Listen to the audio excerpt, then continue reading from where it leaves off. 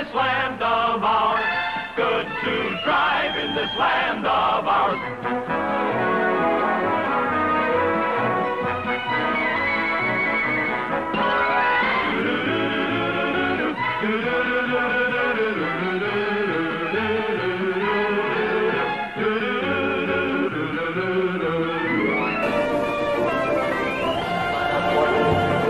Hello, Canada hockey fans in the United States.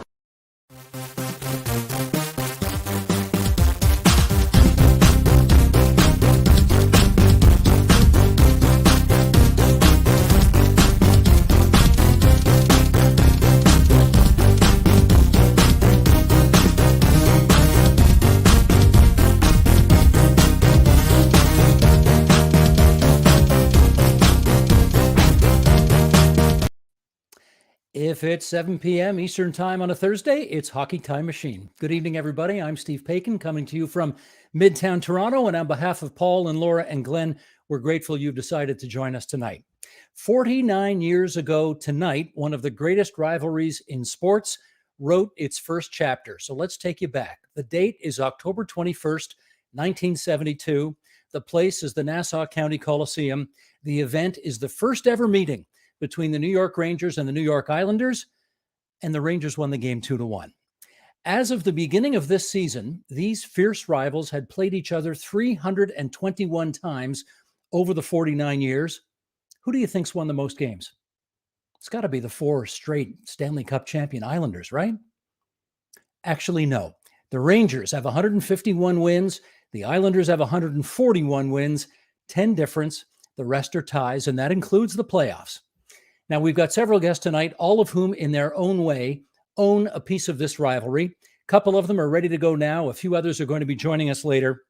So let's welcome, in St. Albert, Alberta, near Edmonton, Bill Mickelson, who played one season with the Islanders, but it was one heck of a season. It was 1972, their inaugural season. And in Fort Myers, Florida, John Kenneth McDonald. But I think you all know him better by his nickname, Jigs. He replaced Tim Ryan as the voice of the Islanders in the 1980s, and he spent 15 years at that gig. And gentlemen, it's great to have you on Hockey Time Machine tonight. Hope you're both doing well. Bill, I want to start with you because I think you were originally with the Los Angeles Kings and then came to the island for 1972, the inaugural year. How is it that you came to play for the Islanders? I believe the year the Islanders, their very first year was the first year of World Hockey. Yes. Yes, and there was the expansion draft that was held in the summer prior to that season, and each NHL team could protect 15 players. So LA had their list of protected players, and I wasn't on it. So I'd been selected by the Islanders and was taken in that draft by them. So that's how I got there from LA, where I knew Jigs. Were you content to be leaving the Kings and going to New York? I was happy, I guess as a caliber of player I was at the time, I was happy to be going anywhere, especially in the NHL.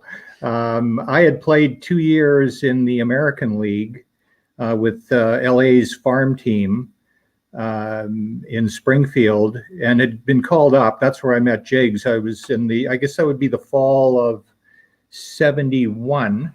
I was up for about 15 games. I was up for November and December and played with them. And then that was all. And then back to Springfield again for the rest of that season. So I was just delighted to get back, a chance to get back up into the show again. Well, during the course of our conversation tonight, we're going to play some clips from a documentary on this great rivalry. And we're going to play our first one right now, because I'm guessing, Bill, it probably wasn't a heck of a lot of fun, notwithstanding the fact you got to play more in that first season with the Islanders. Very little winning, a great deal of losing. And here's a clip that maybe suggests the flavor of it from back in the day. Glenn, clip number 1, please. The New York Rangers, if they weren't the best team in the league, certainly they were one of the 2 best teams. Along come the Island upstarts, and we had an expansion team. You've got generations of Ranger fans, and along come these new guys in 72, and they're abysmal their first year. Just the laughing stock of the league. I remember that year, how many cities we went into, and I kept reading about, here come the hapless New York Islanders. Bill, did you think of yourself at the time as playing for the hapless New York Islanders? No, I don't think so. I wouldn't describe it that way at all. I thought for an expansion team that we were doing fairly well. The one game that the first game of that you mentioned, the 2-1 game. We were in that, and I checked some of the shots on goal, and we weren't getting blown out that bad. But when you look, you're playing a clip right now of the Montreal Canadiens. That team had, I believe, there's 11 Hall of Famers. I think that's right. Team. Correct me if I'm wrong. I think you're right. They got a goalie, and I know there was one game that Laperriere played. Jacques Laperriere is probably his last season or close to it. Plus, they had the big three: Lapointe, Robinson, Savard, and then look at the guys they had up front. Honestly, what do you expect from us? Right? Good point. Against a lineup like that, I don't think there's another team around that's had 11 Hall of Famers on it. But anyway, and there was a number of teams that were quite good as well. I think a lot of us were described as, good. We were good American leaguers, very good American leaguers. I'll put it extend it that far, but very close to marginal at best NHLers, and a bunch of guys that were in the twilight of their careers too. Like Ronnie Stewart and maybe Arnie Brown, the guys that were on the downhill side. They were on the 19th hole. Well, no, make it the 18th hole. They weren't done yet. Well, so it was that kind of team, right? And I think they tried to get some experience on it. They also lost some guys. Like I was probably fortunate, maybe, to be on that team because there were some of the players that were drafted onto the original Islander team that did go to the World Hockey, which left an opening for me and a whole bunch of guys to get onto a number of NHL teams. So a lot of guys left at that time. Well, speaking of World Hockey, the WHA, we got somebody here who's joining us now who had more than a cup of coffee in the WHA. We are happy to be welcoming from Huntsville in central Ontario, Pat Hickey. 650 games in the NHL, including in the middle 1970s for the Rangers when this rivalry was really heating up. And Pat, apropos of Bill's comments, let's note the fact that you played your first 2 years of pro hockey in Toronto with the Toronto Toros of the WHA. So how'd you end up with the Rangers in 1975?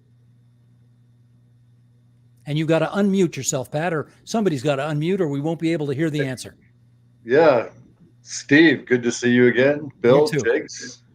Hi, Pat. Hello. How are you? Hi, Pat. How did I get to the Rangers? Well, it's a little bit of a long story, but I think, I can attest to the fact that my first real professional team was like the OHL. If you could make it through the OHL and get drafted, that was a feat at the time. But I did not pay attention to the Islanders in '72 when they came in because we were too busy doing things. But Emile Francis kept in touch with me for those 2 years that I played for the Toronto Toros. The Toronto Toros was probably the best education I ever had. Sitting in a locker room all day long with Frank Mahovlich and Paul Henderson. That was a great education for a young guy at 20 years old to do it. And Emile Francis stayed in touch, and the Islanders beat the Rangers, from what I understand, in the playoffs, and he was making some changes. So I was his first call, and I was waiting for it. Very good. Jiggs McDonald, first of all, tell us what you were doing in 1972, the inaugural season of the Islanders. I was doing the Atlanta Flames. The two new expansion teams that had come in, I had put in 5 years with Jack Kent Cooke and the Ways of California. I'd met Cliff Fletcher several times. In fact, Cliff and I used to drive to San Diego after games in LA on Saturday night, the West Coast or the WHL games in San Diego. We would drive down there. Cliff would stay over. I would drive back home. But we got to know one another, and he was persistent that I should come join the new franchise in Atlanta. And at the time, it was an ideal situation. get a little closer to Ontario. My father passed away. My mom was alone. So we said, yeah, the opportunity was there. And really, I had put in my 5 years with Jack Kent Cook's educational program and decided to continue my missionary work for the National Hockey League by going to another non-hockey city. And it worked out well. Actually, the first game that the Atlanta Flames played was against the New York Islanders at the Nassau Coliseum. And interestingly enough, when the new building opens at Belmont Park, it'll be the New York Islanders, and the Calgary Flames. So kind of apropos in that respect. But no, I was in Atlanta 72 to 80. So the rivalry between the Islanders and the Rangers was well underway by the time I got to New York. And tell us about that. How is it that you managed to trade one bit of missionary work for what I guess was not really missionary work by 1980? This was a prize catch to be the voice of the Islanders in 1980. Yeah, it really was. What happened there, of course, was the Flames were leaving to go to Calgary, and I was told that they had no interest in moving a broadcaster. Broadcasters were a dime a dozen. And I basically said, yeah, fine. I understand. I'll go kicking down doors if I have to try and find a job. I had a call from Chicago. I had a call from Philadelphia. And actually, Philadelphia already had 2 play-by-play men, and they said, no, we'll accommodate you. No, I'm sure something will come up. And sure enough, the Atlanta situation, the Islanders situation at the, I guess it used to be called the Stanley Cup luncheon between games, and the Coach of the Year presentation took place that year. I made the presentation on behalf of the Broadcasters Association to Pat Quinn. And as I was leaving, I was approached by a gentleman I'd never seen before, and he said, how long will it take you to make a decision when Atlanta leaves to go to Calgary? I said, Atlanta's not going to Calgary. All the rumors about Glenn Ford, I believe it was, Coca-Cola money, Delta Airlines, Ted Turner. Somebody was going to rescue the Atlanta Flames. I wasn't going anywhere. Inside of 2 weeks, the Flames were on their way to Calgary. I got the call again from the New York Islanders, met John O'Pickett, the owner of the team at that time, on my way to the June meetings in Montreal. And the rest is basically history. I replaced, it was a season later that Tim Ryan decided that his workload at CBS was such that he couldn't continue his Islander load. I actually replaced Steve Albert. Steve was given the option. He could do hockey or he could do baseball, and he decided to do baseball, and that opened up the hockey gig. Just in time for you to call play-by-play for three more Stanley Cup championships. Yeah, Good and timing. get involved with the group that became Sports Channel America, and 4 more years, I guess it was, of the Stanley Cup final. Right.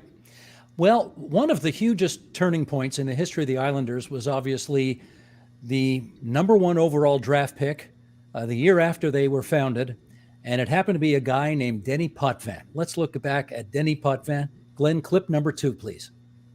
The Islanders' futility earned them the right to select Dennis Potvin, the first pick of the 1973 amateur draft.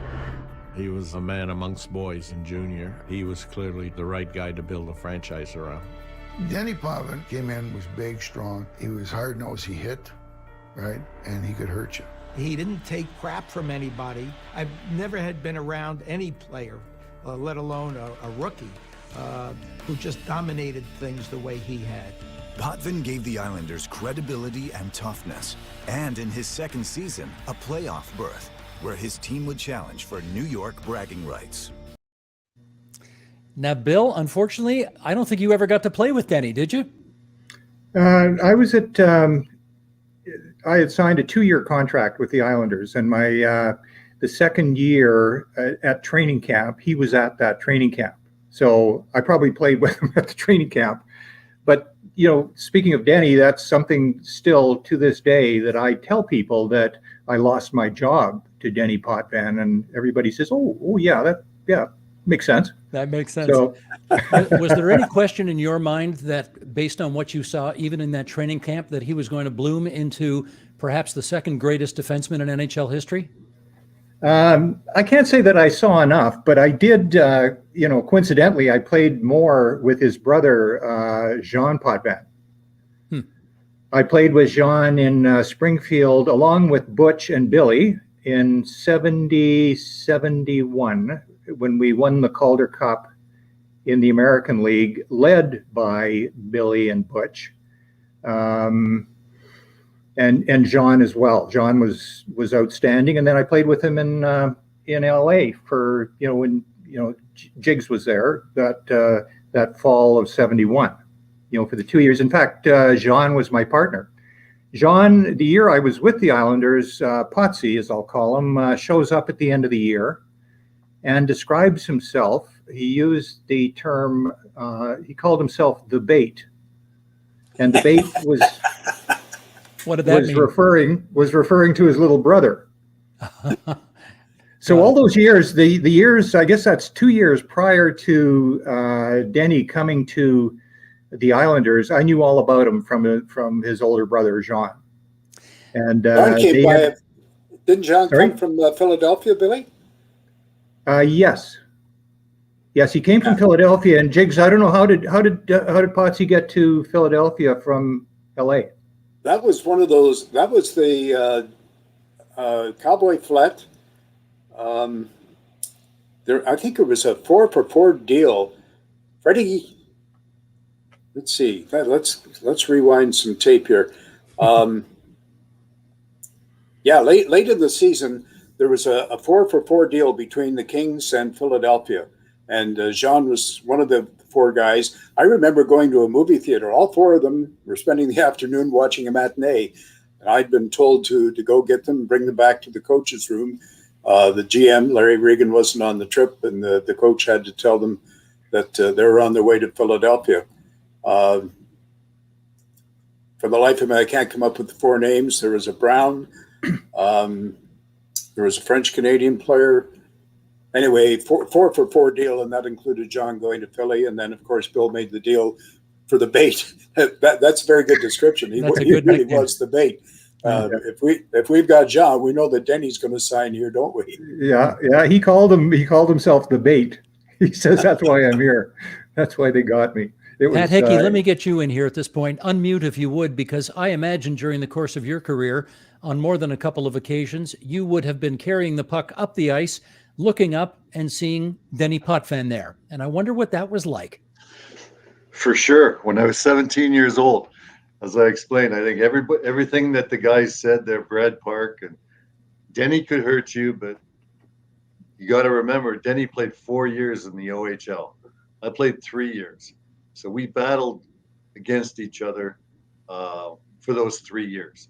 And he was one of the best mid-ice body checkers ever. If you remember, this was like 72, 71. And the only guys that were reputed as mid-ice body checkers was like Carl Brewer and these kind of guys. It was kind of a thing that was going by the wayside. But he would hurt you. So by the time I got back to the Rangers, I guess the blessing of the WHA is I didn't have to play against Denny Potvin for 2 years, and but he kept your head up for sure, and he was dominant, and no one was surprised. I don't think that played against him or with him, from Blake Dunlop, who had a great career in St. Louis, that whatever team he went to was going to dominate in the future. As long as you followed Denny. Denny was a leader, man of few words. I didn't have many words, exchanged on the ice, but he won most of the battles. I won a few, and that continued on in the rivalry with the Rangers too. Yeah, but, I just wonder, as you think back to the time you played against him, either in junior or in the NHL, do you have a firm memory of skating up against him and somehow deking him going in and getting a great scoring chance, or conversely, you coming in, maybe your head was down and he absolutely cleaned your clock? Well, I guess the one lesson I learned in junior was there was a guy named OJ Jelly, and we actually set up Denny for that mid-ice check because I was always breaking out, like leaving the zone, blowing the zone as they called it back then. And he would always catch me at center ice. So Owen Jelly and I devised this plan: either pass me the puck off the boards, or put it in my feet behind me. And the one time it worked. You put the puck in my feet, I dragged it up from behind me, and at the same token, that just changed my line, and I stepped around Denny, and he looked like a fool, and I went in, and I didn't score that time. But that's about the only way that you had to beat Denny in a lot of areas, was to set him up, and that's what the game's all about, and that's the fun part of it. Jigs, let me ask you if there was genuinely something special when the Rangers went to the Island, or when the Islanders came to Madison Square Garden, because we know how much of this stuff is hype and how much of this stuff is real. In your judgment, how much of this rivalry's hype?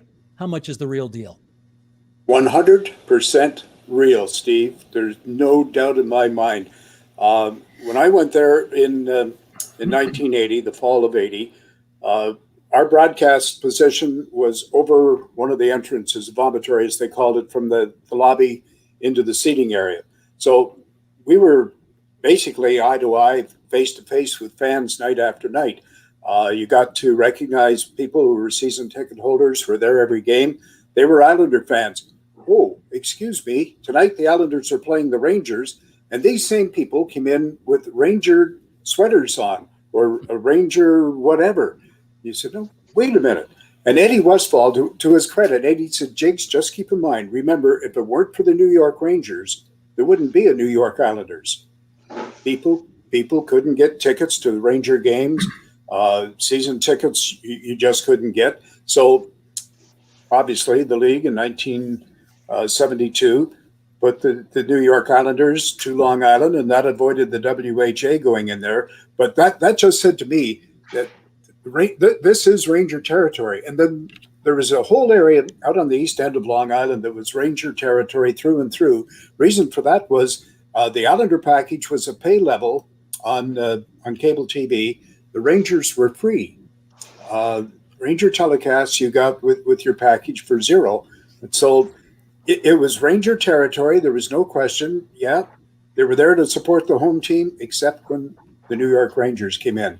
And you always knew, and this was evident at training camp with the rookies.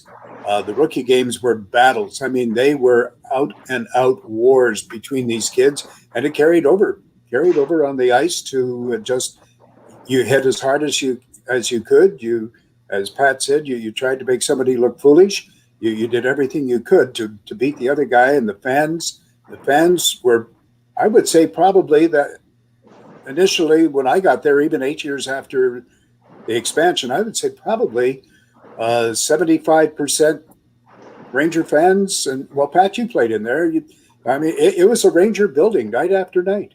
I got to ask Bill Mickelson about that. What would that be like, Bill, knowing that the fans who were supposedly in your building to cheer you on, when the Rangers came to town, you kind of lost them? Yes. It's interesting listening to this, because I was there the very first game that was played between the teams in the Coliseum. And, after the warm-ups, when the teams came out for the start of the game, we were already on the ice. And when the Rangers came out, the roof came down. It was, I don't know whether they got a standing ovation or what. But I couldn't believe what was happening. Like, this is our rink. This is our home rink. You're supposed to be cheering for us. And the crowd just went nuts. The crowd just went crazy when they came out. What was that like, being the visiting team, Pat, and yet you had most of the building on your side? We doubted it. We doubted it for sure. We didn't believe it, because we knew how quick the Ranger fans at MSG could go against you. I call it keeping us honest. But remember, the fans in New York are the best sports fans ever, and they had a lot of practice with the Giants and the Jets and the Yankees and the Mets and the basketball teams. So when we went there, it was we didn't I didn't take it seriously. It was great to have fans cheering for you, but you know what? You looked across the blue line and you knew that you had a formidable enemy there. All these young guys, and from my age, I was one of the young guys at the time, the same age as same draft year as Potvin and all these guys, Bossy, they all followed. So we knew what we were up against, and at that point before the national anthem, it really didn't matter. If the fans were instrumental in the stands, but they are sports fans of a different ilk. They go to a game to have a good time, to relax. They work their 8 hours a day, and they really release it. And we're there to entertain them, and they're going to let us know really quickly. But it was, as Bill said, it was loud, and it was real, and it was just as real. I played there a lot after they won their first Stanley Cup, and the chants from the fan was 1942 or whatever, the last time the Rangers won the Cup, 1940. I mean, that did send a spear right in your back, and it made sense, but it made you play harder. Well, let's pick up the story in 1975, because there's no question that when the Islanders and Rangers met in the 1975 Stanley Cup playoffs, that did a lot for the rivalry and made it very, very serious. Let's go back to 1975, and shockingly, let's see who wins that series. Glenn, clip 3, please. You had the New York Rangers, who had been around for 50 years, and you had the Islanders who had been around for 3 years. In a best-of-3 format, the two teams would need a decisive Game 3 on April 11th, 1975 at Madison Square Garden. That was about as loud as I have ever heard the Garden. The third game in the Garden, I mean, it was as loud as I've ever, seen a building. It goes into overtime. They dropped the puck, they shot the puck in our zone, and Eddie Westfall went into the corner, and a couple of our guys, a little miscommunication. I was just tightening up my skates, and then I heard the roar, and I looked up. In front, score! It's over. Parisi. That didn't take long, and the Islanders are going wild. That was a big upset for the Islanders. 11 seconds into the overtime. Pat, did you play in that game? No, I did not. I think that thank God for the Islanders. I think that's the game that opened up Emile Francis's eyes, and that's the summer after that defeat that I signed with the Rangers, and I think they traded Irvin and Hatfield and made some changes and had real strong convictions. From what I could take when I got to camp, they had strong convictions of what their core was and what they needed to surround it with. So thank you, the New York Islanders of 74. All right, let me get Jigs McDonald to pick up the story, because as you think about the significance of this rivalry and how it has grown over the years, where would you put that huge upset in 75 in terms of the role it played in getting that rivalry on the road?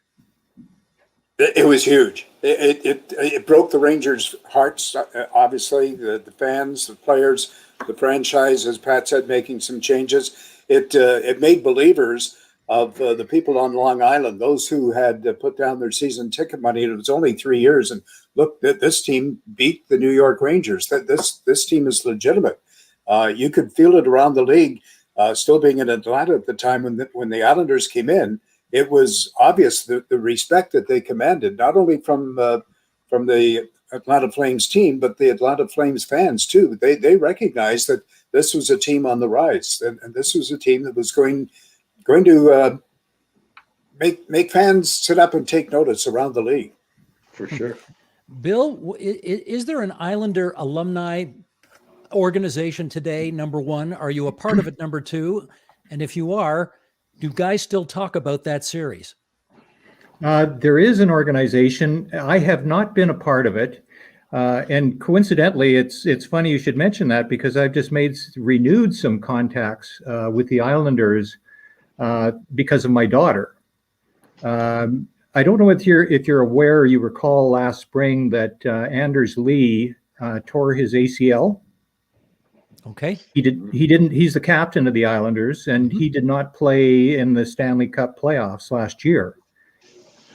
He had torn his ACL in March and was out. ACLs are 6 to 9 month recovery periods, and our family's gone through it twice. My son as well tore an ACL, so we're quite familiar with it. So my daughter, who plays with the Canadian national team, tore her ACL at the end of May. And she had surgery in the middle of June. And she saw on TV, she saw a clip of Anders skating, I guess after an Islander practice. This was during the playoffs or whatever. And she said, boy, I'd sure like to talk to him. She mentioned that to me. So I got in touch with the Islander head office, and I heard back from Kimber Auerbach, who's their director of communications. And he called Anders, and he arranged communications between Anders and Megan, and they commiserated between the two of them on their ACL rehabs and recoveries and everything. And Anders is back playing now. I saw he played the first couple games of the year, but he and Megan have talked frequently and everything. And back to your question, Kimber asked me if I was involved with their alumni club, and I said no, I wasn't. So he put me on their distribution list and everything, and I guess I'll be receiving some communications. But it's kind of coincidental that we've reconnected after all these years. That's very nice. Who would you say was your best buddy on that Islander team from 49 years ago? The two guys, the three guys that I knew best, that I'd played with before, all through. Because of LA, were Butch Goring. I played with Butch and Junior out in Winnipeg, and Billy Smith, of course. I played with him 2 years in Springfield, the short period of time in LA as well. My roommates that year, we lived out on Oyster Bay on Long Island, were Ralph Stewart and Lauren Henning. We rented a house out there. So those are the guys that I, spent, most of the time with. Driving back and forth to the arena and whatever with Lauren and Ralph. So let me ask you the other side of the coin. Who was the member of the New York Rangers you disliked the most? I could tell you the guy I liked the most that I'd played with in junior was Bill Fairburn. Oh, yeah. Yeah. He was a captain of the Wheat Kings, and he was a great Ranger. Pat, did you play with Billy there? Yes, I did my first year. You're absolutely right. He was quite a gentleman and the toughest guy that you never want to meet. No kidding. Doesn't come across that way. Yeah. I saw him just destroy a lot of guys. He was a tough guy. It would have been good. Did he and Denny ever go at it? No. Billy didn't have to go at it a lot because people knew how tough he was. They left him alone basically. They didn't. Oh, I know. Corner with him and. But Billy, I got to slap your wrist a little bit here because Bobby Nystrom is head of the alumni. I'm on the board of the Ranger alumni. They have a very strong and active alumni there. And Glenn Healy is the executive director of the NHL alumni. So you should look for that communication because there is a lot going on. And we exchange a lot of good ideas and a lot of history, especially for your kids. And surgery. Yeah, Pat. I wasn't implying that they weren't active. I was just saying that I wasn't active with them. I had been a few. I'm slapping your wrist. You have to get involved with that. We need you involved, Bill. Okay, I got you. This is what we do here at Hockey Time Machine. We bring people together. Having said that, Hitch, I want to ask you, who were your best buddies on the Rangers back in the 70s? A fella named Mike McEwen. Mike McEwen, they called Yo-Yo. He was a little bit of a space cadet, but he was a fantastic defenseman, fantastic playmaker. And you know what? He was like Denny Potvin. If he had no one to pass it to, then he was going all the way himself, end to end, and he could score. I think he did score 20 goals one year. But he was a kid that I don't think a lot of the other teammates understood. So I kind of took him under the wing. And then the other fellow that took me under his wing was Rod Gilbert. Rod was the first year I lived on Long Island, and he said, "Kid, if you really want to grow in this city, you got to live in the city." And my mother was of the same opinion. So I said, that's great. But Rod taught me everything I needed to know about being a pro. A lot of things about not being a pro, but basically how to be a pro ranger. So those are my best friends or best ties and things like that. But it was interesting. It was an interesting time. I think if you asked me the same question, who did I hate the most on the Islanders? I was just about to. Besides all of them, it's like, I guess I'd explain it as in the good years. I'm not exactly sure what year it was, but I think maybe after we beat them in '79, we had a baseball game in Central Park. And man, it was like there had to be 1,500, 2,500 people in Central Park watching this baseball game. They got us real baseball uniforms and socks and all that kind of stuff.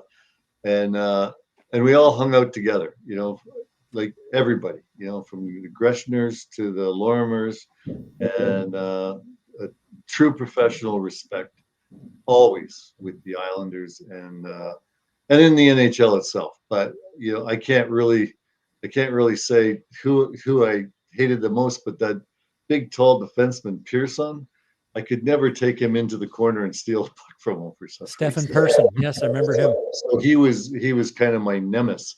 I could strip everyone else of the puck every once in a while, but I could never get it from that guy. Well, I suspect if you ask most Ranger fans, they're going to say the player they hated the most on the Islanders. Well, let's go back to February 25th, 1979. I don't think there's much doubt about it, but Glenn, let's do clip number 4, please. But on the night of February 25th, 1979, he also became an enduring symbol of the New York rivalry. It was a play in the Garden, down towards the end of the ice to my left. Potvin and Rangers forward Ulf Nielsen were about to be forever entwined in Islanders-Rangers lore. Ulfie was going for the puck, and Denny was coming from behind. Dennis went in to hit him, and Ulfie ended up with a fractured ankle. I would not blame Dennis Potvin for that one. Did I think it was malicious or premeditated on the part of Dennis? No. The significance of what happened wasn't as apparent that night as it became the next day. It became larger than life. The hit in the corner. Nielsen's season was over, but the legacy of Dennis Potvin, public enemy number 1, was only just beginning. Okay, Jiggs, pick up the story if you would. The significance of that hit to that team and therefore to the rivalry, what would you say it was? Huge. Absolutely. From a fan standpoint, I think more so than the player standpoint, but the fans dislike, hate is too strong, but dislike of Denny and the Islanders, but Denny in particular, carries over to this day. There's a whistle in the Garden every home game. Doesn't matter who they're playing, but there is a whistle followed by Potvin sucks. This is 2021. You're going to hear it again this season. And it's been well documented that there are young people turning to parents saying, who's Potvin? What are they talking? Why do they dislike this guy? So the hit will live on forever.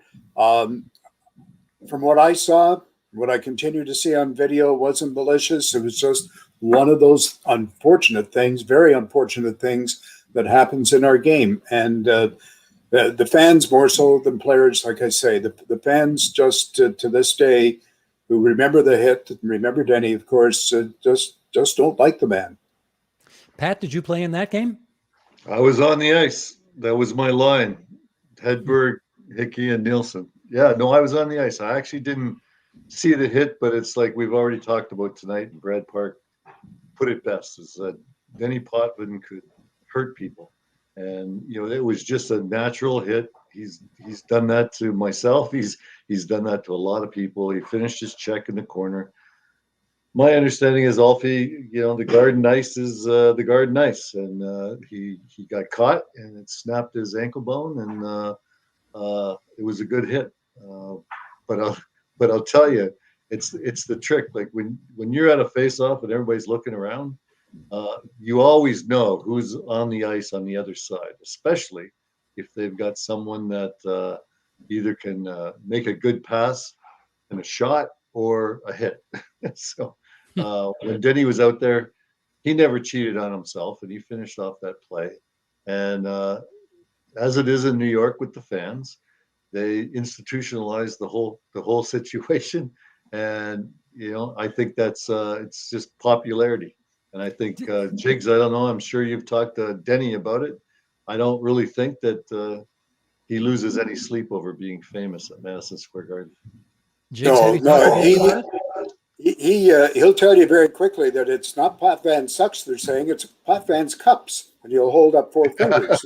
they're saying Potvin's cups. Exactly. Pat, when you look at that team, those cup years, Denny was one factor. You had a guy like Gordy Lane. Gordy would hack and whack, as well as I do. Gordy kept you honest. Yep. Dave Langevin. You mentioned Stefan Persson, who could move the puck as well as anybody in the league. But you look at Denny, Langevin, and Gordy Lane. You kept your head up, did you not? Oh, yeah.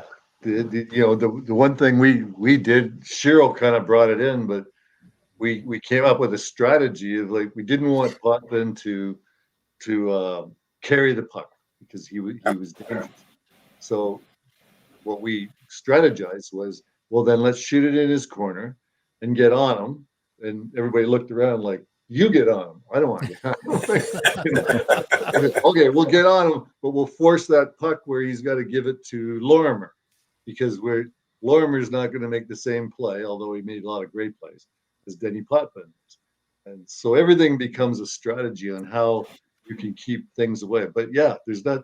A lot of guys like sort of veered away from whether Potvin had the puck or didn't have the puck.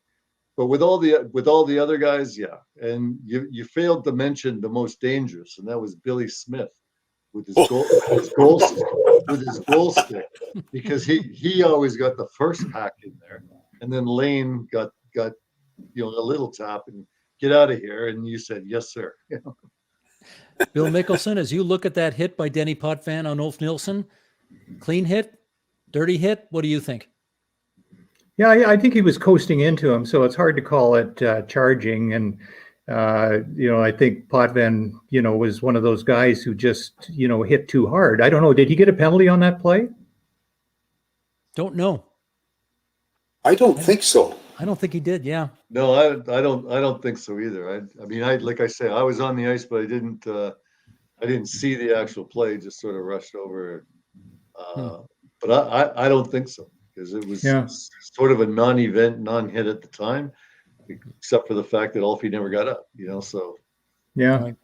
Jean, like playing with Jean Potvin, and I know that from the one training camp, the physique that both those guys had, they were both just like, bricks, both of them. They had, arms on them, biceps, they were muscle bound guys. They looked like superheroes physically, washboard abs. They were just strong bricks of guys. And Pat knows, you get hit by Denny, he was that would hurt. And Jean was built the same way. They were both, I believe, black belt karate or judo, one or the other. So they were, Jean was a great fighter too. He was a hard hitter.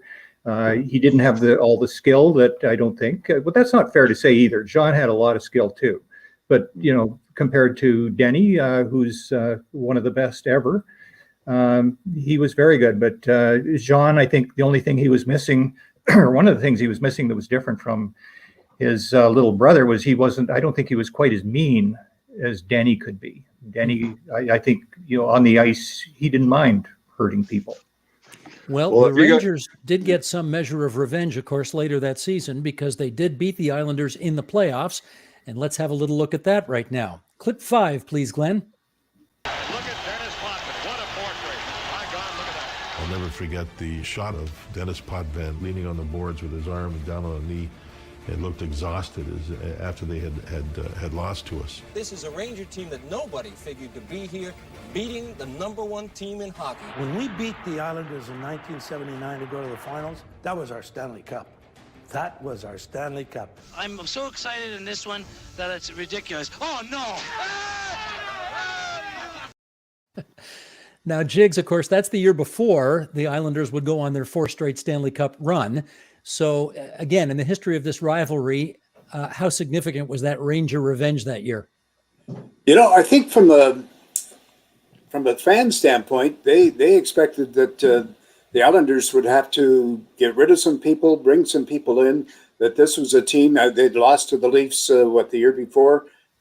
They just weren't at that point. And I think everybody said, well, maybe this is the end of Al around the league. But Bill Torrey was a very patient man. Bill knew what he had coming, and what he had coming, what I'm referring to is the arrival of Kenny Morrow and the trade, of course, for Butch Goring. He knew that he had some parts.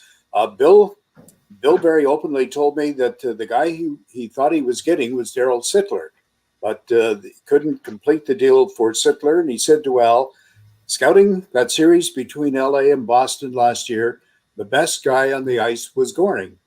And Bill will tell you, and Al acknowledged this as well.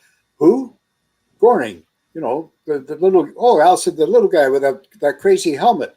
What can he do? Bill said he was the best guy. He will take the pressure off Denny Potvin. He will give us the second line, the third line. You wait. We're going to do this. And as it turned out, the patience of Bill Torrey and the tweaks that he made paid the dividends. Hitch, what do you remember about that Ranger upset victory over the Islanders? Well, I think Espo sort of hit it there, and Jigs hit on it too. Is like, we could see, the missing parts of the Islanders sort of coming together, and I'm sure Goring was there at the time. But the story I like to tell about that, Jigs, Bill, is if you fast forward, maybe you're going there, Steve, but I got to take you to 5 years out when the big thing in New York. I was still living there. I think I was working on Wall Street and stuff. But the drive for 5, and Edmonton Oilers, after the Islanders won the 4 Stanley Cups, they couldn't beat them for that 5th time. But that drive for 5 of the Islanders' 5 cups was stopped in '79 because they really should have won it that year in '79, and they would have won the next 4 years too. They were that good. But at the time and place, we were that good too. We had there's all kinds of changes that came along.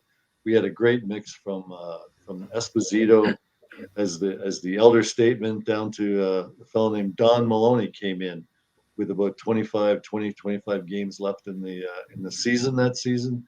And Freddie Shiro was coaching us. And Freddie was he was a great director. He kind of led us, and we were pretty mature from Donnie Maloney's to myself to Steve Vickers to Esposito and Vadnais. We kind of had that mix where we'd all give in to each other and let Ronnie Duguay be the star, right? And nobody really cared.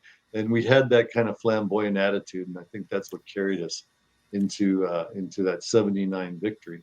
And as Espo said, it was it was telling. We did it without Ulf Nilsson and what we had all season long, and it was our Stanley Cup, and always will be for me, because I don't care what you say about any other games, but the scene in the Garden that night and the scene when we went to the island, Jigs, by that time, the Islander fans were many. It wasn't 75% Ranger fans in Nassau Coliseum by 1979. They probably 90-10 Islander. They were convicted one way or the other for sure.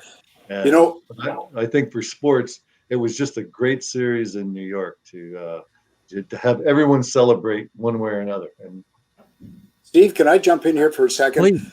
Pat just mentioned a name that really added to the hissing and the whatever letter out of the alphabet you want to put in front of that as well. From an Islander fan standpoint, Don Maloney becoming the general manager of the New York Islanders, a Ranger, a guy. How could they hire a New York Ranger to be the general manager of this franchise? I mean, the fans just hated the hire. I don't know that Donnie was all that happy to be there either, but it just added fuel to that rivalry. But that was your smart guy, Bill Torrey, though. No, Bill Torrey picked him. Bill Torrey handpicked Donnie, and Donnie. Really? I don't know what his status as a general manager is or was or anything else, but I know from Donnie that I actually know from Bill Torrey that Bill Torrey kind of wanted to nurture him along. So maybe that's one mistake that he made with the fans. Yeah, he had Darcy Regier in his hip pocket at the time as his assistant, upcoming young brains of the franchise. And it was at that time that we had an ownership of 4, or the team had an ownership of 4, with no direction at all. You had 4 different ideas of what should be done with a hockey team. Right. And it was my understanding that one of the 4 had that Wall Street connection and knew Donnie from there and said, this is the young man that we want. I'm surprised to hear that Bill was, that's interesting. Thanks, Pat. Yeah, but that was interesting. Steve, we're jumping really far ahead now. So I'll go back. Yeah, I want to bring you back. I want to bring you back. With 79 with Denny Potvin kneeling at the sideboards there. That was like the picture we all loved. Right. Yeah. I want to bring you back to those 1970s because I'm trying to imagine, I'll pick up on the word you used a while ago, flamboyance, and what it must have been like to play on Broadway in the 1970s. And we'll get just a little snippet of it right now. Clip number 6, please, Glenn. But the semifinal win over their rivals propelled the New Yorkers into Manhattan celebrities. Those were the days when Studio 54 was going, and the Rangers were a special part of town. This was a freewheeling, happy bunch of hockey players because they were living the life in New York. Ooh la la, Sassoon. Ooh la la, Sassoon. Ooh la la, Sassoon. Pat, you recognize anybody in that video? Sure, I put it together. It's a long story, Steve. It's another show. But I used to spend my summers, and basically that was Sonny Werblin. Sonny Werblin came from MGM Studios, and Gulf and Western hired him to run the Knicks, the Rangers, and the property Madison Square Garden. So he knew marketing and all of that stuff. And so there was a family that wanted to advertise in Madison Square Garden, and all they had up there back then, the signage was the Marlboro Man. But the fellow that owned that company, Ooh La La Sassoon, had 2 daughters. So we met in the summertime and we put a plan together, and they bought enormous advertising in the building, and I think it was the beginning of all of the signage going across the league. And that, but the funny story about that is that we all signed a contract. Esposito was out of it. When he got word of it, he wanted to be part of it. But there was just 4 of us. 2 days of filming. Once we got back to training camp and everything, I did 1 day of filming, and we went off to LA, and I got traded from LA at the time at the LA airport to Colorado. So they had 1 more day of filming with Duguay, JD, and I forget who the other fellow was, who ended up in the final commercial. And it became a hit, but it also became just a sign of the future and how sports, management and sports and advertising in the building just drove our salaries and all those types of good things at the time. So I feel proud of being part of it. It's not the only thing that we did that year, but it was it became famous just with the guys dancing around the ice, and designer jeans never were. There was only Levi's.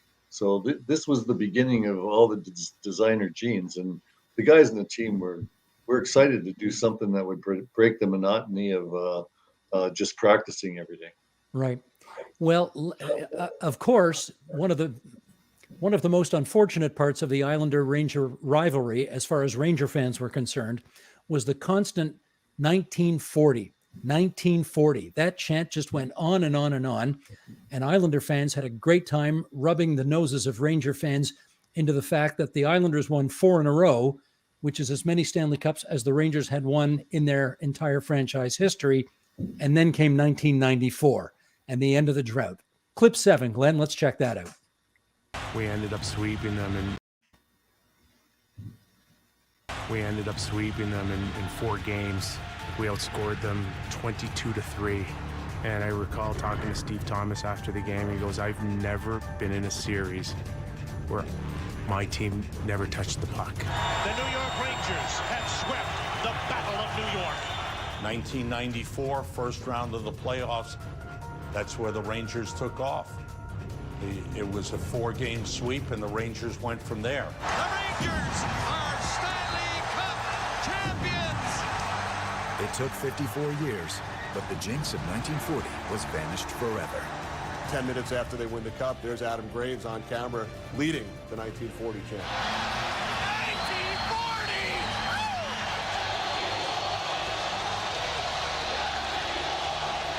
The chant of 1940 has gone up from the crowd. I'd love to hear it one more time.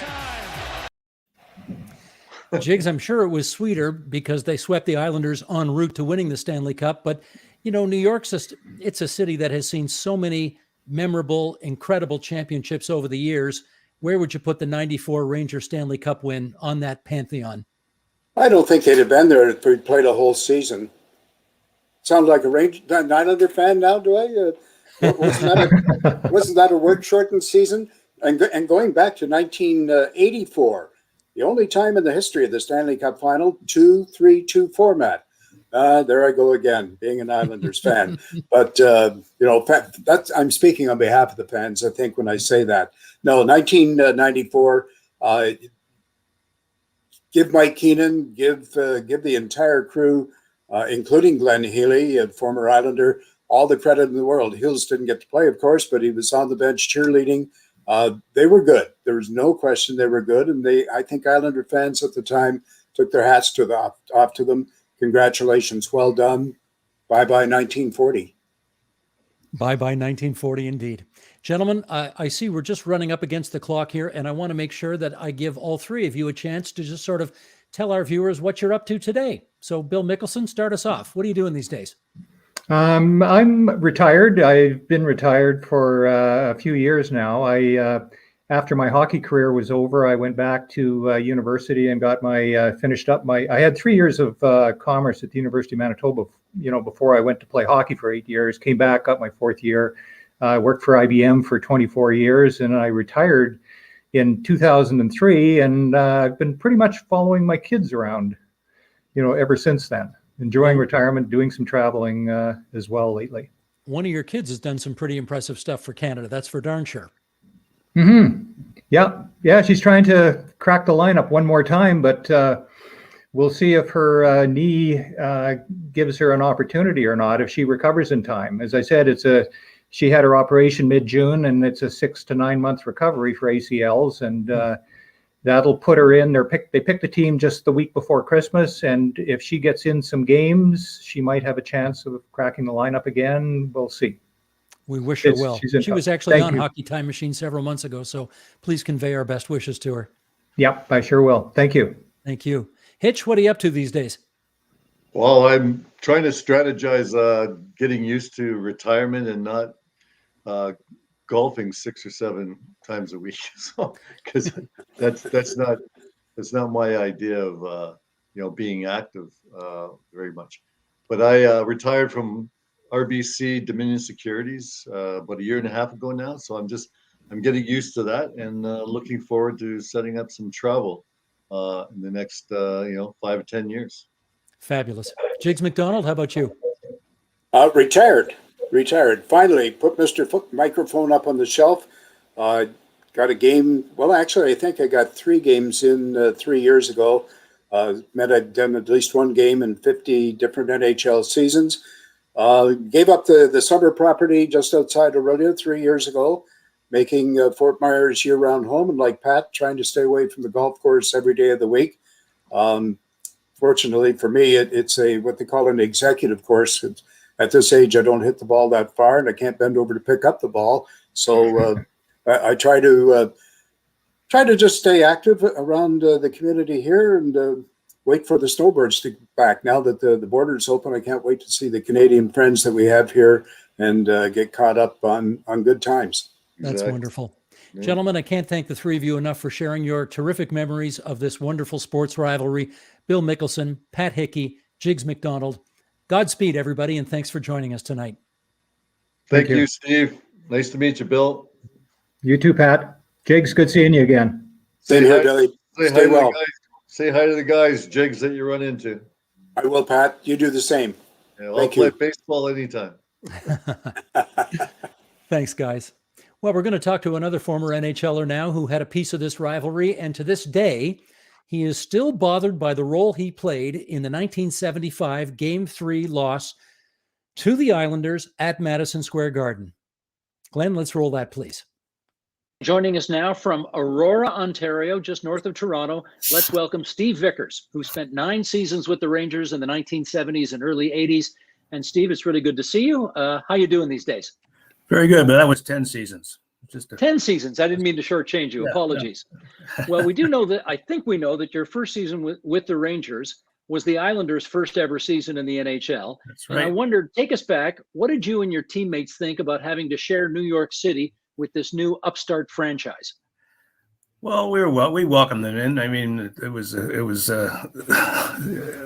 were a pretty bad hockey team, obviously, in the first three years. I mean, we did them in pretty good, but didn't take long for them to catch up.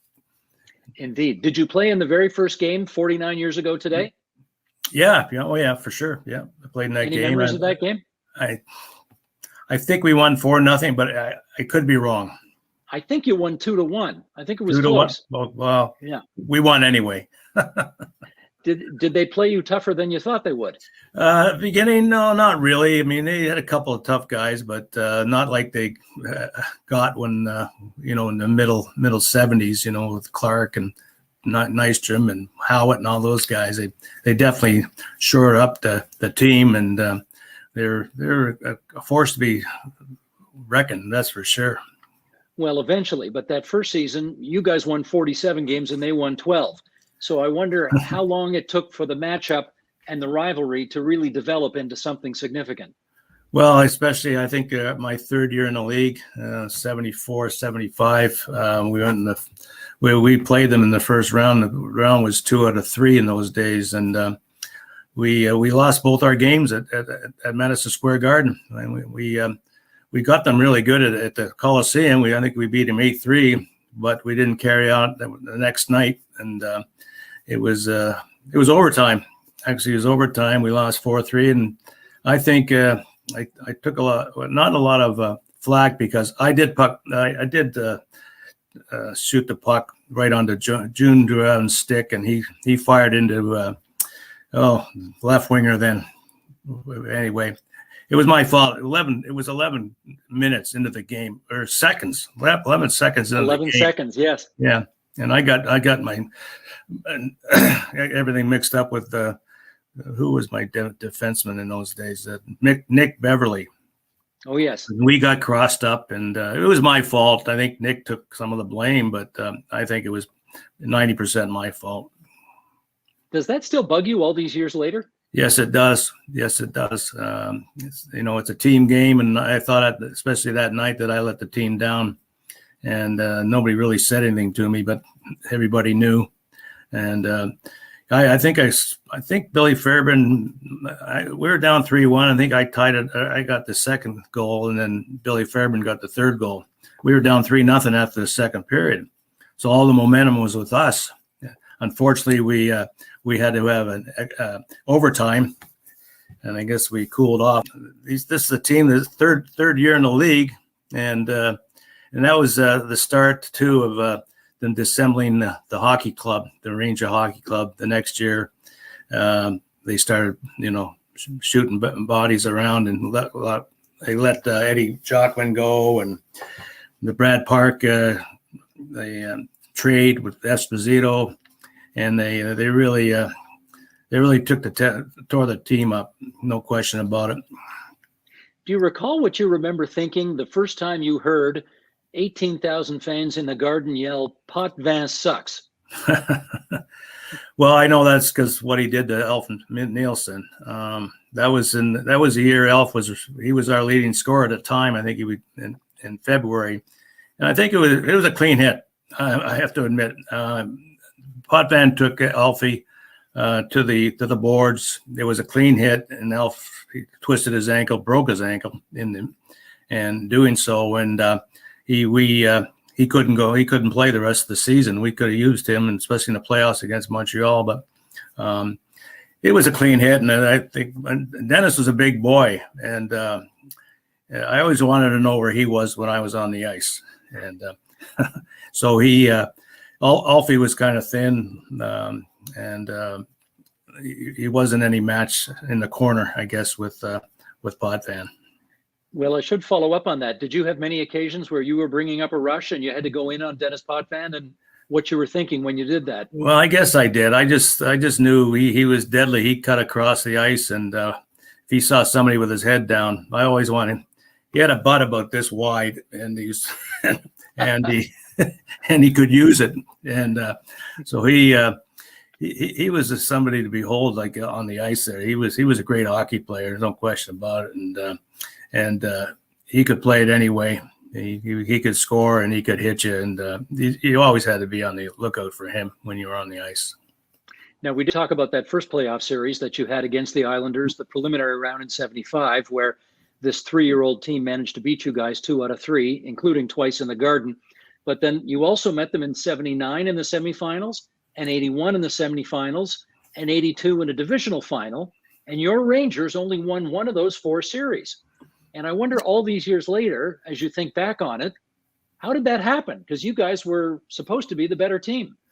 Well, I guess there's a lot of good drafting, and we had 2 shots at Mike Bossy, but Ferguson wanted some tough guys, so he had 2 first rounders. We got Lucien Deblon and Ron Duguay, which are good hockey players, but they're no Ron or Bossy. So he just fit really well with his centerman and his left winger. Forget their names already. It's been a long time. Clark Gillies. Anyway, and he was that was a great line, and we beat them that year in 78, 70, and we beat them in 6 games. But you know what? We knew they were coming down. They knew that was just a fluke. I mean, not a fluke, but JD was hot. John Davidson was hot in goal, and we just hit it at the right time.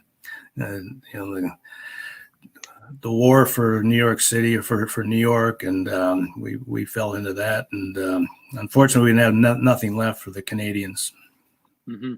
We should, since you mentioned him, point out that Mike Bossy has just announced that he is fighting lung cancer right now, 64 years old. So we want to keep him in our thoughts and prayers and hope for the best for arguably, the greatest goal scorer who ever lived. I mean, no question. No, he had wonderful hands, and I think he only played 10 or 11 years. He could. I mean, if he had gone up and I think it was a back issue, he could have played another 5-6 years at the peak. And he was a great enough player anyway. But still, it was tough to see him leave the game, even though he's an opponent. Okay, let's get into some of the nitty gritty here. Which players on the Islanders did you really dislike the most? Well, I guess Gary Howitt.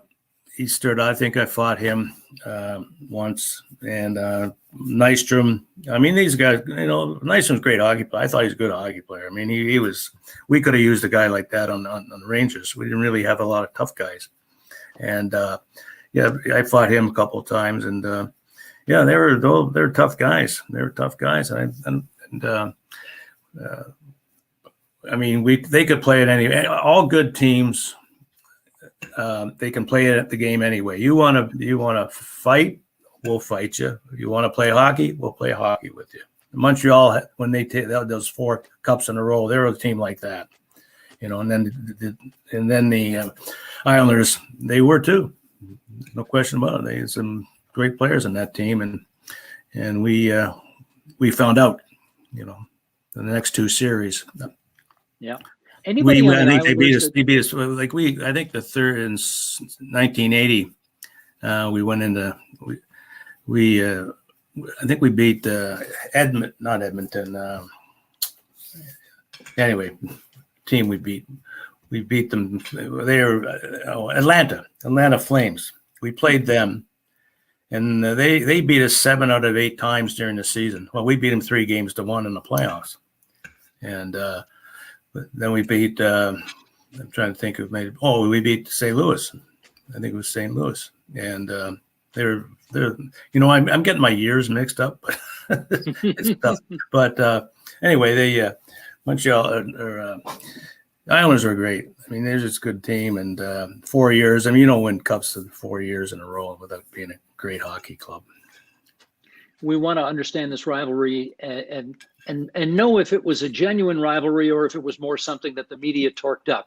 For example, when the Islanders came into the Garden or when you went into the Nassau Coliseum, could you tell it was different? Yeah, it was. I didn't really like the rink so much. It wasn't a great hockey rink to play in, but not like the Garden. I mean, the Garden, if you're winning or losing, you heard the fans. But of course, the Islanders, when they got better, and they definitely were a great hockey club, and they started beating us pretty good throughout the late 70s anyway. Did you ever strike up a friendship with anybody on the Islanders? After it was all over, I've not friendship, but I see him at golf outings and that and things, and but Clark Gillies, for instance, we go play in Joe Namath's golf tournament, Beth Page, so he's always there, and I try and get there as much as I can, and so Rod Gilbert, he used to come to that tournament too, and we'd sit down and. They had a lot of bragging rights against us, of course, but they're pretty cool. They took it easy on us. You mentioned Rod Gilbert, and we should just talk about him for a little bit here because, of course, he was a teammate of yours, and he just died a couple of months ago. What was it like to have him on your team? Oh, he was wonderful. He was just a great guy, and I was at the funeral in the wake about a month ago in Manhattan, and he'll be really missed. I mean, everybody on the team loved him, and he's one of those guys that you come up to, and he was the only guy living in Manhattan when I started with the Rangers. I mean, it was Francis didn't want you living in Manhattan, but Rod would always come up to the rookies and say, "Listen, guys, you're out here in Long Beach, in this outpost. So how about coming into Manhattan? Take the train in if you have to. You can stay overnight at my place, and I'll show you a little bit of New York." He's one of those guys that really did care about his team and his teammates. Steve, you, of course, playing in New York, would be well aware of some of the great rivalries in sports. You got the Yankees and the Red Sox. You had back in the day the Dodgers and the Giants. You got the football Giants and Dallas Cowboys or the Washington football team. Rangers, Islanders, where would you put it in terms of the great rivalries of sports in New York City? In New York City. Well, I don't know. When I got to New York, it was the Bruins, the big bad Bruins, and that was the big thing, trying to beat them. And we beat them my first year, actually, in 5 games.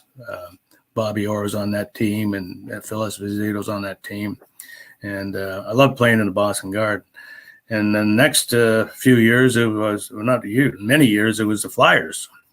Flyers I thought was more of a big deal. The Flyers, Rangers, and Flyers. That's just me talking, though. I mean, it was great. It was a great rivalry, and it had everything. They had great players and some years and great. It was just something that the fans loved. The players had to get up for it. I know I did, and it's. I don't know if it's still the same like that. I know it must be somewhat because it's New York, right? And, Great. Just tell us finally, what are you up to these days? Well, I'm retired. I mean, I go down to Florida for 4 or 5 months in the winter. And I was at the Ranger hockey game the other night when they played the Toronto Maple Leafs, and the Rangers had a nice victory. I think they got outshot 2-1, but they have a nice goaltender there, Shesterkin, and Shesterkin. Yeah, Shesterkin, yeah, the Russian kid. He was great that night, and I think they got it for this year. I think they're playoff bound. If they keep doing it, they've got some really good players on that hockey team. They got, and we'll see what happens. I mean, that'll be a good rivalry now that the Rangers have a better team. It'd be a real good rivalry against the Islanders. Indeed. Steve Vickers, really good of you to spend some time with us on the Hockey Time Machine tonight. Thanks very much. Thanks for having me, Steve. Appreciate it. Steve Vickers, 70 years old now. Can't believe it. Boy, talk about how time flies. We have one last interview for you tonight. We managed to catch up with Stan Fischler, who's only 89 years old and is still adding to his total of nearly 100 books about hockey. And he's writing one right now about this rivalry.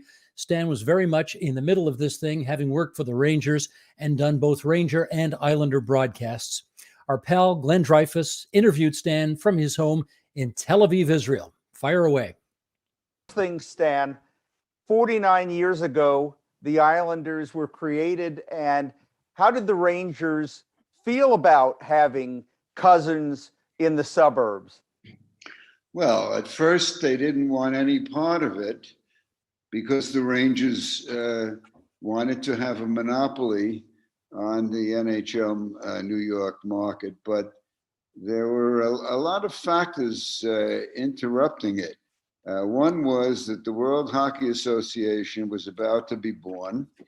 There was a brand new arena being finished in Nassau County, the Coliseum, and there was a distinct threat that the WHA would move into the Coliseum, and that would be damaging to the NHL. So a lot of strings were pulled behind the scenes, and the expansion was rushed to include Atlanta and the Islanders. And of course, the Rangers wound up laughing because they got a indemnity from the Islanders for trespassing on what was supposed to be Ranger property. So it wasn't. It turned out, obviously, it turned out to be very beneficial because we wind up with one of the all-time rivalries in any sport. And it got started pretty quick. Well, let's talk about that since you brought it up. Where do you think Rangers Islanders ranks in the pantheon of great rivalries, regardless of the sport? Well, I often have to answer that question. It's like comparing Cadillacs with tangerines. There are different, two different elements, or many elements. But let me put it this way. I have a brand new updated version of a book that my buddy and I, Zach Weinstock, wrote a few years ago called Rangers versus Islanders, the greatest rivalry and one of the greatest rivalries in sport. It's one of these arguments you can go with till the cows come home, you know, like who was better, Willie Mays, Duke Snider, or Mickey Mantle in baseball. The point is, it's been certainly one of the greatest of them all, and it's been very sustainable. Even when one of the teams was down and the other team was up, it didn't matter. Islanders won 4 straight cups, and yet throughout that period, the Rangers were always a scary team for the Islanders to face. And even in '84, when the Islanders were going for their 5th cup, they played the Rangers in the first round. That best-of-5 series is considered, well, even Game 5 of that series is considered one of the greatest games in any sport, the one that went into overtime, and Kenny Morrow got the winner for the Islanders.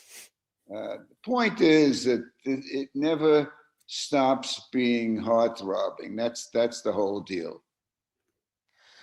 What's your sense of the early Islanders fan base? Was it drawn from people who were Rangers fans, from people who liked hockey but hated the Rangers and lived on the island?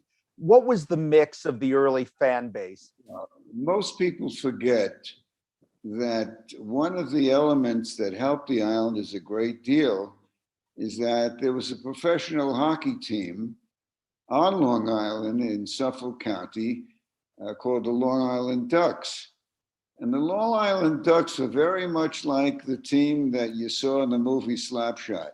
It was a very crazy Eastern League, but the fans loved it. And they played in the Comac Arena, which could have been somewhere in Saskatchewan. It had about 4,000 or 5,000 seats, a very colorful owner who bought a DC-3 twin-engine plane for his players to fly in when others were taking the bus. And, characters like John Brophy were, part of the whole thing. And the Ducks began the hockey craze well before the Islanders. And once the Islanders moved in, the Ducks were out in a couple of years. But they helped a great deal. I mean, Ireland was hockey country well before the Islanders arrived. And of course, you had all the Ranger fans who took the Long Island Railroad into the Garden. And so at the beginning, it was half and half. Half rooting for the Islanders and half rooting for the Rangers. This lasted for a long time. But, I remember when John McMullen was the owner of the Devils, and he kept waiting for the Devils Arena to be filled with Devils fans when they played the Rangers. And he finally conceded that with Ranger fans, it's genetic. They just pass it on from, father to son and so on and so forth. But it didn't take long for an Islander fan base to develop. In fact, it took a very short time because within, let's see, the 72, within 3 years, they had a playoff team. Not only did they have their playoff team, but they knocked off the Rangers in the first round. Then they went up against Pittsburgh and they were down 3-0, and they won 4 in a row. The only team that ever did that in the playoffs up until then was the Maple Leafs in 42. And then they started to rise because they had Hall of Famers in the making. First, Denny Potvin, then Billy Smith, then Brian Trottier, then Clark Gillies, then Mike Bossy. And as we know, each year they got better. They got knocked out in 78 by the Leafs in the playoffs. They got knocked out by the Rangers in 79. And they had the choke label, no question about that. And then Bill Torrey made, the deal of the century, got Butch Goring from the Kings. And that was the beginning of 4 straight. Do you remember where you were when the Rangers and Islanders met for the very first time? Yes, I was at the Coliseum. That was a very raucous game right off the bat, in that Billy Smith, the goalie, got into a fight with Rod Gilbert. And Smitty wouldn't take off the mask, and Rod didn't want to punch him in the mask and break his hand. But right off the bat, that first game, it was like instant animosity. You mentioned the playoff series. Is that when the rivalry really got to full boil? Absolutely. The 75, that first playoff game was just crazy. Because first of all, you have the patrician team, the Rangers, playing, the dead-end kids, the Islanders. And the Rangers had Hall of Famers, Eddie Giacomin, Rod Gilbert, Jean Rattel. I mean, they were stacked. It was supposed to be, 1-2 and out. There was a best of 3. And the Islanders went into the Garden and won the first game. I was doing television. That was the first year we started doing television. And I'll never forget that second game because the Rangers just beat the crap out of them. There were a lot of fights in game two. The Rangers won big, really big. And we all figured, oh, we got to go back to the Garden and that'll be the end of it. And of course, Islanders got 3-0 lead. The Rangers tied it in the third. It went into overtime. And what was it, 7 or 11 seconds? It was 11 seconds. 11 seconds, it was over. Jules Drouin to Parisi, and that was it. I think about 18,000 Ranger fans got a case of lockjaw all at once. Now, a lot has been made about the city team versus the suburban team and how there's a completely different makeup of both the teams and the fan bases. How much of that do you think is manufactured, and how much of that was really the identity of the teams, and how much of that led to the difference in their philosophies, in their approaches, and their success? Well, the difference was very striking and very real. It still is. When you're talking about the Garden, you're talking about a very corporate crowd. Now, there is a strong, lower price base up at the top, the balcony, but basically the Garden, the Rangers are one of the richest teams in professional sports, and the Garden is in the best place you could possibly be. So you got the corporate crowd from Manhattan, and the Islanders were a lunch pail team. They consider themselves the people's team. Long Island, the fans are mostly blue collar out in the island, and still are. Now, with the new building going up, it's going to open in November. It's going to be a little bit different. We don't know. I mean, the building is going to be the best arena in the world when it's done. And that may change the fabric of the crowds, but not a lot. It'll be mostly the same. How grating is it on the Rangers and maybe the players who have played for them that their younger siblings in the Meadowlands and on Long Island have had more success and more cups than they have? It was more telling starting in 75 when the Islanders upset them. And the Rangers smacked the Islanders down in 79. That was a huge upset. And so the balance of power has gone like a seesaw. Then you had the great run, 19 consecutive playoff victories. No team is ever going to top that. The Islanders did that from 80 through 84 until they got beaten by Edmonton.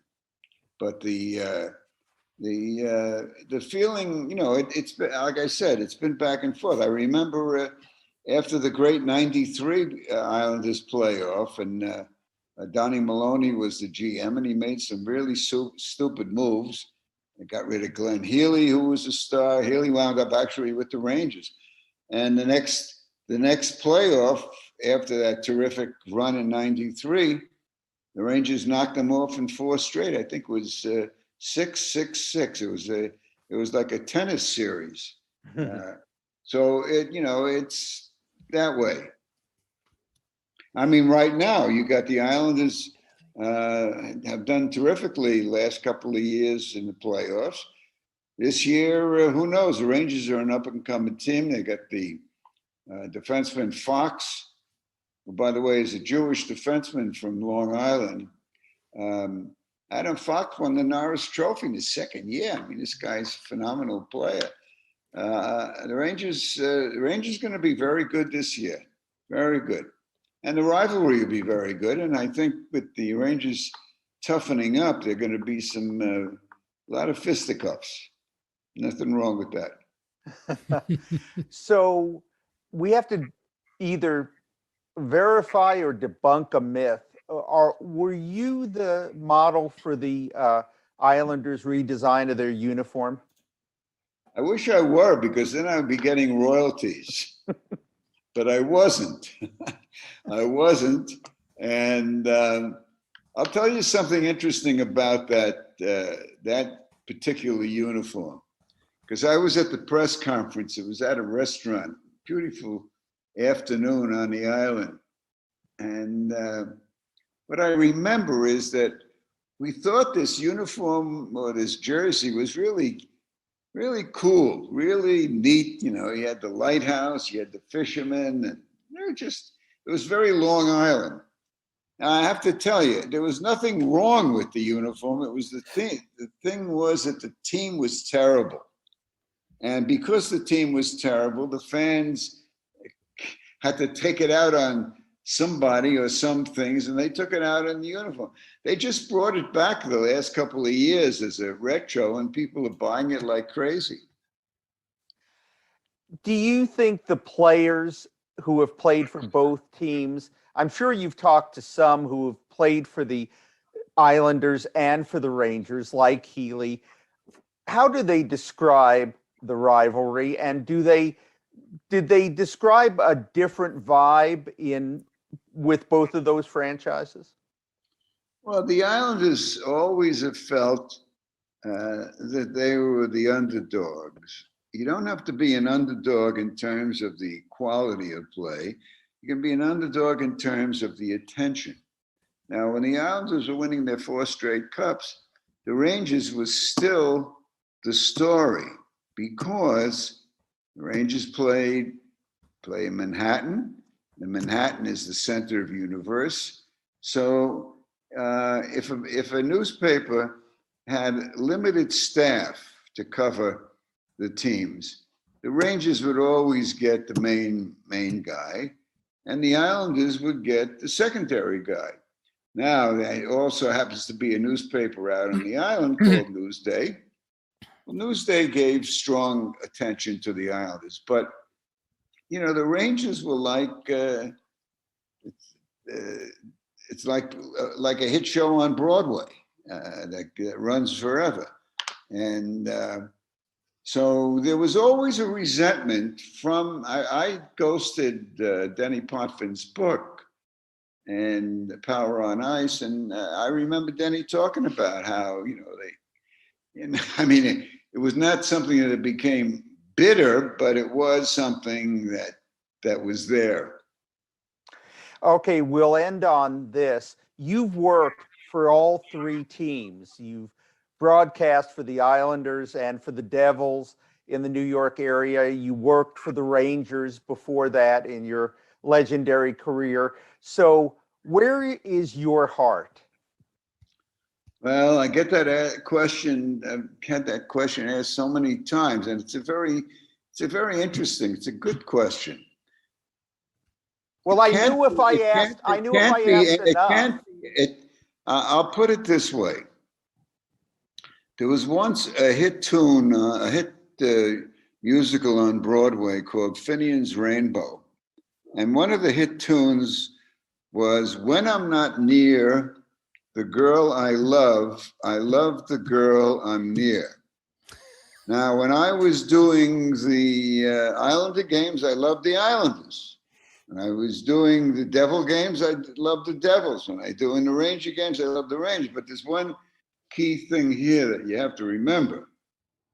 That when I got out of college and started to look for work in hockey, the Rangers were my first job. In 1954, September 54, I got hired to be the assistant publicist. And that's before the Islanders were born, before the Devils were born. How could I not? How can I? And even before that, I was going to the Rover games, and I was doing some side work for the Rovers, a Ranger farm team. Well,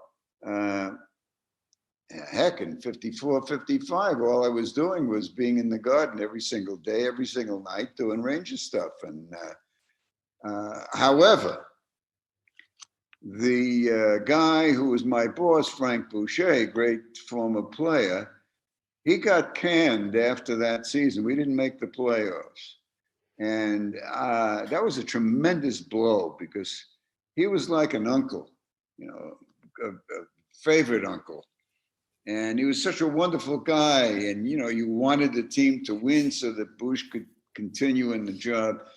And I wasn't happy with the successes, which were Mus Patrick and Phil Watson.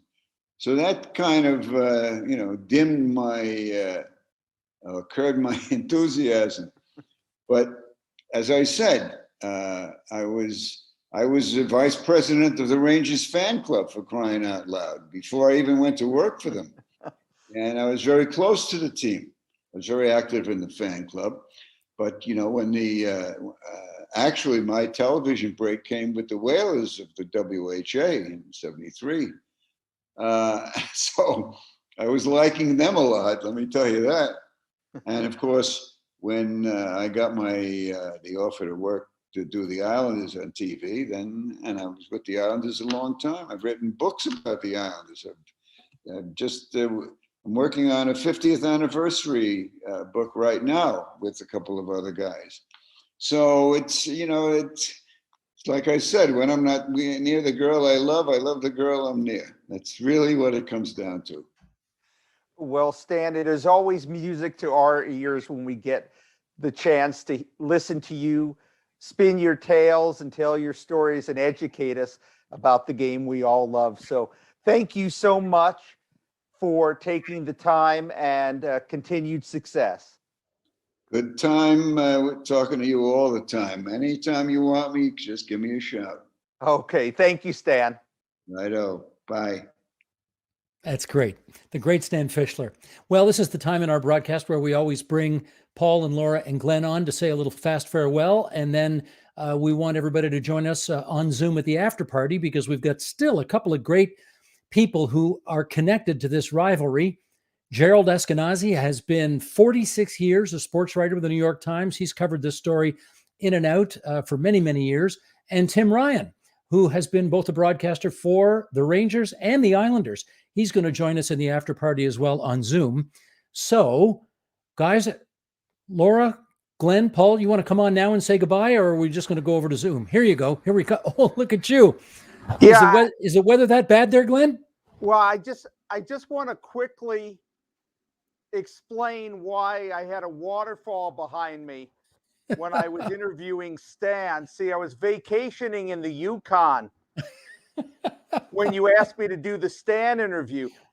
The winds have kind of picked up. I don't know if you can. That's a nice lantern. Me, Steve? Yeah. You're coming in loud and clear. I'm waiting for the 8:45 dog sled to South Porcupine. But anyway, I just want to mention that next week we have our guest on Hockey Time Machine is Brian McFarland. But you interviewed Brian McFarland way back in the 90s. So as Steve Paikin would say, let's roll clip 8. Hour 2 of Double Play for Friday morning. I'm Bruce Dobringham from CBC News World. He's Steve Paikin from TV Ontario. This guy's my hero. Do you know this? This guy, I'm not kidding you. I'm sorry to interrupt, but he just walked in. He just walked in and I got excited. I'm sorry, Brian. I don't want to date you, but I really do feel an obligation. You just want to hold his hand? But, no. But I have I want our listeners to know that you know, one of the reasons I'm in broadcasting today is because of you. I remember watching you on the weekend afternoon broadcasts and for Hockey Night in Canada for so many years, and you were one of my guys. Oh, you've made my whole week, Steve. That's wonderful. I'm sorry to be mushy about that. That is hilarious, Glenn. That is hilarious. That's a radio show I used to do on the Fan 590 in Toronto back in 1996, 97. And wow, that's pretty cool. I haven't heard a clip from that show in ages. 590 in Toronto. All right, I'm out of here. 97.